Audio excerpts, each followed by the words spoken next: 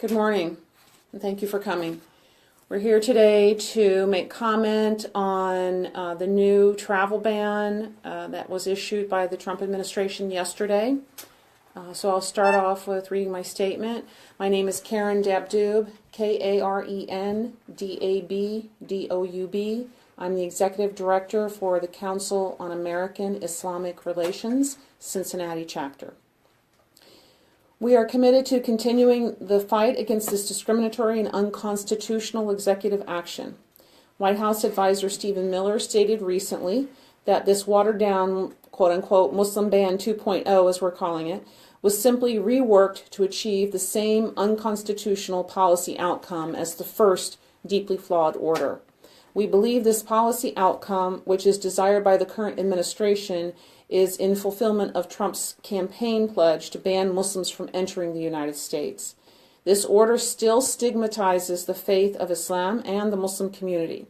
It does not make America any safer, but it does make America less great. This Muslim ban executive order still blocks travel to the U.S. by citizens from 6 Muslim-majority countries. In its present form, this scaled-back order does represent a partial victory for Americans fighting for the rights of immigrants in the U.S., since it directly responds to many of the issues brought up in several immigration cases and scenarios brought forward in CAIR's anti-ban lawsuit.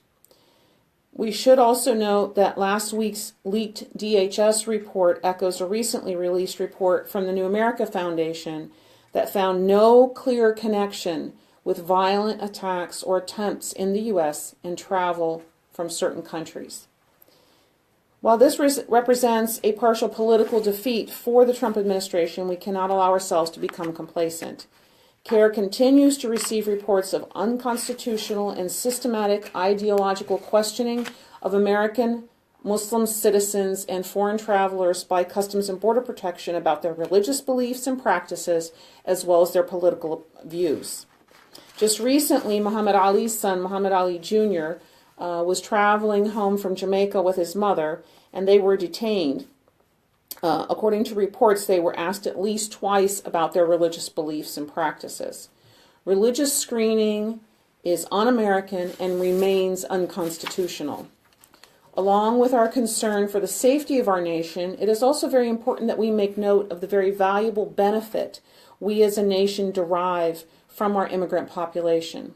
A recent study found that 14 million doctor's appointments are provided each year by American physicians who are originally from these 6 countries: Iran, Libya, Somalia, Sudan, Syria, and Yemen. These 6 countries are the countries targeted in this new executive order.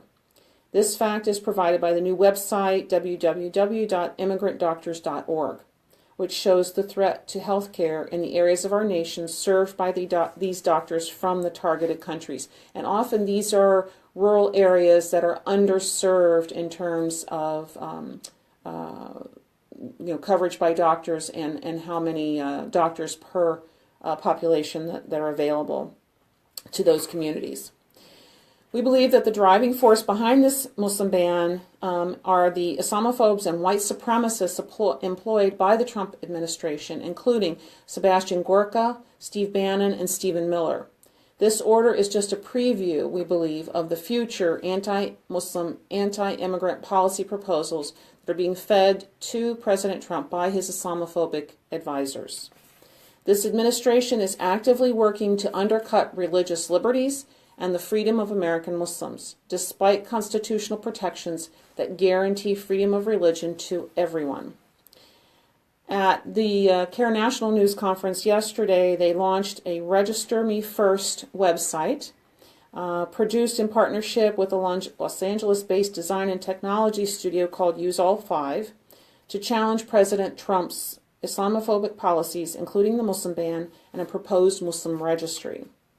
RegisterMeFirst.com will provide an opportunity for anyone who wants to oppose the Muslim ban, any future Muslim registry, or other unconstitutional actions by the Trump administration to join the broader movement challenging those unjust policies. So you can check out those websites online. And I have with me Allison Reynolds-Berry from IJPC, the Intercommunity Justice and Peace Center, and she'd like to make a statement as well. Thank you.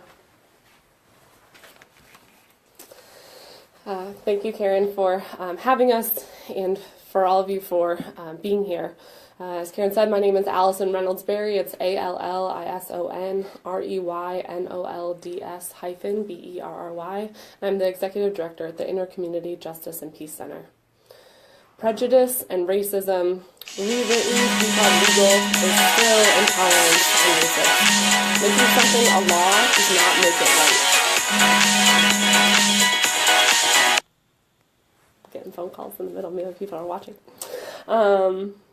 As an organization that cares about the most vulnerable in our society and believes in promoting nonviolent, peaceful resolutions to conflicts, we at the Intercommunity Justice and Peace Center oppose any plan to stop refugee admissions and a plan that explicitly targets and excludes Muslims from entering the United States.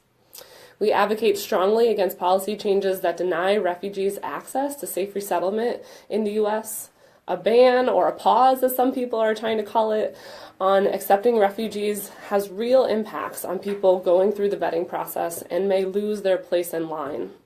We're an organization that advocates for immigration reform, and we often hear the call for immigrants to just get in line and follow the rules to enter this country.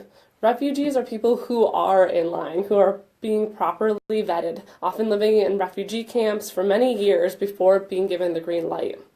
Those people in line are the ones who we are turning away. Local refugee resettlement organizations, large and small, are feeling the impacts of these policies. It is translating to mean a loss of U.S. jobs. We cannot put a ban or a pause on full-time jobs without losing funding or programming or expertise that people in these positions are bringing. The executive orders put in place are based on fear of the other, fear of the stranger. We expect this country to base its laws and policies on fact. As people of faith, we must welcome the stranger, welcome people who are suffering, and provide for those who are fleeing war, terror, and persecution. This is central to the message of the gospel and a core Christian belief. Promoting racist and xenophobic messages by equating all members of one religion to a radical sect is dangerous and misguided.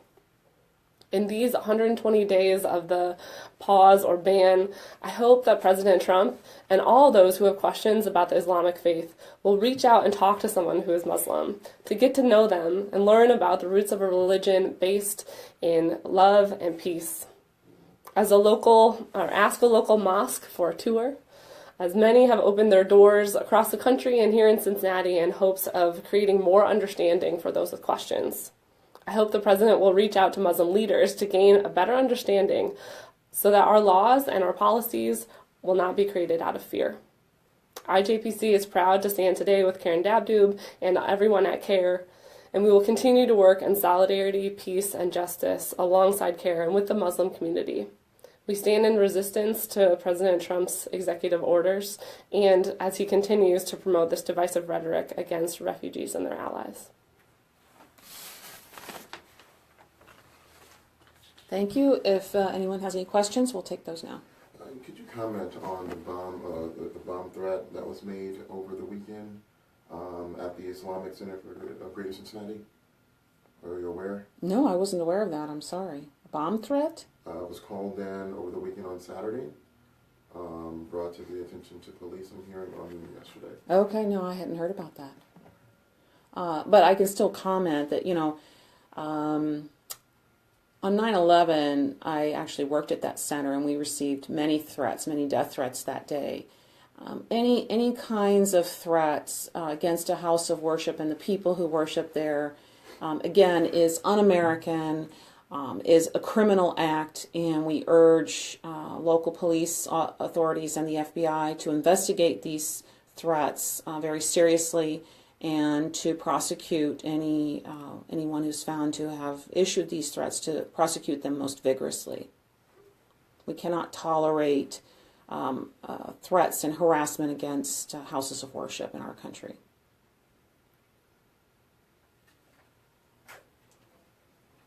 Any other questions?